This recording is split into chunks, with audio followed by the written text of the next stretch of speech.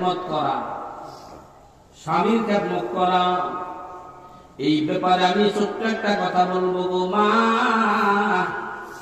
স্বামীর খেদমত মানে শুধু স্বামীর হাত পা চিপা, আঙ্গুল টাপা, মাথায় তেল দেওয়া এটা না।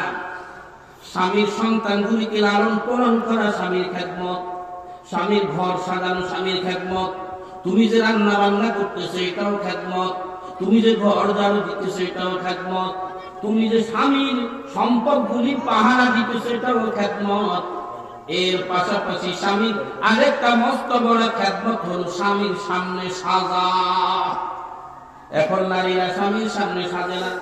কোন অনুষ্ঠানে গেলে সাগুল্লা খুঁড়ি ধরে, ঘরে যদি নাকি 5টা তোলা শাড়ি থাকে এরপর হবে না, মার্কেট থেকে নতুন শাড়ি আনি দিতে হবে, নতুন কসমেটিক আনি দিতে হবে।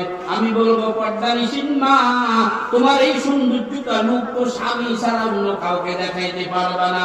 দামি পোশাকটা পরে কেন তুমি অনুষ্ঠানে যাও, কেন তুমি কসমেটিক প্রসাধনী ব্যবহার করো অনুষ্ঠানে যাও? বিন পুরুষের নজর যদি পড়ে কবিরা গুনাহ প্রতিটা নিঃশ্বাসে নিঃশ্বাসে, ওই কবিরা গুনাহ আজ শ্রেণীর লোক পাবে, স্বামী পাবে, বাবা পাবে, বড় সন্তান থাকলে সেটাও পাবে, ভাই পাবে। তোমার একজনের কারণে 3 শ্রেণীর লোক, 4 শ্রেণীর লোক গুনাহগার হয়। এই জন্য আমি বলবো পর্দানিসীন মা, কিতাবের মধ্যে আসছে যেই মহিলা স্বামীর সামনে সাজবে, একজন পুরুষ সকাল বেলায় ঘর থেকে বাইর হইয়া দুনিয়ার কাজ কামে ব্যস্ত হইয়া, ব্যবসাতে গেল, চাকরিতে গেল, কৃষি খেতে গেল, দুপুর 2টা 3টার সময় যখন ঘরে ফিরে আসে, স্বামী ঘরে ফিরে আসতেছে, বিবি যখন টের পাইল তখন আস্তে করে নিজকে গুছায়া যতটুকুন তার সাধ্য হয়, কাপড় চোপড় যদি এলোমেলো থাকে এটাকে পরিপাক করে, মাথার চুলগুলি যদি এলোমেলো থাকে চিরুনির প্রয়োজন নাই, আমার আল্লাহ হাতের আঙ্গুলগুলি চিরুনির কাজ করে দিছে, একটু চুলগুলিকে তোমার সাধ্য মতো পরিপাক করে। স্বামী ঘরে ঢুকতেছে, ঢুকার সময় তুমি আস্তে করে মিষ্টি হাসি দিয়া যখন একটু সালাম দিবা, সালাম, তুমি স্বামীর সামনে এতটুকু সাজসজ্জা করার কারণে এই স্বামী ঘর থেকে বাইর হইয়া ঘরে ফিরা পর্যন্ত যতগুলি নিঃশ্বাস ছাড়লো আর টানলো, প্রতিটা নিঃশ্বাসে নিঃশ্বাসে তোমার আমল নামায় এক একটা রোজা সব আল্লাহ পাক লিখে দেয়।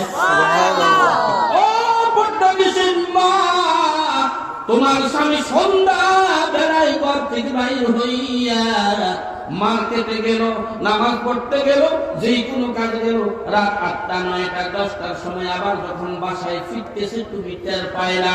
তোমার পোশাক যদি এলোমেলো থাকে মোটামুটি গুছায়া, মাথার চুলগুলো যদি এলোমেলো থাকে অন্তর্গত হাত দিয়ে পরিপাক করে একটু স্বামীর সামনে কি সুন্দর করে সাজায়া, স্বামীর জন্য গেটটা খুলে দিয়ে সালাম দিয়ে যখন মিষ্টি হাসি দিবা, কিতাবের মধ্যে আসছে এই স্বামী ঘরে ঢোকার পর, খাওয়া দাওয়ার পরিবেশন শেষ করার পর নাক টেনে টেনে সুবহে সাদিক পর্যন্ত ঘুমাইবে, যতগুলি নিঃশ্বাস ছাড়বে আর টানবে, আমার মালিক প্রতিটা নিঃশ্বাসে নিঃশ্বাসে তোমার আমল নামায় এক একটা তাহাজ্জুদের সওয়াব লিখে দেয়।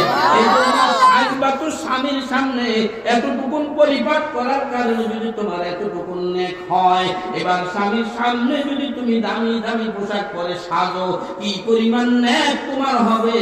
এই জন্য নারীদের 4টা গুণের 4র্থ নম্বর গুণ হলো স্বামীর খেদমত করা। স্বামীর সামনে সাজাও, এটা স্বামীর খেদমত।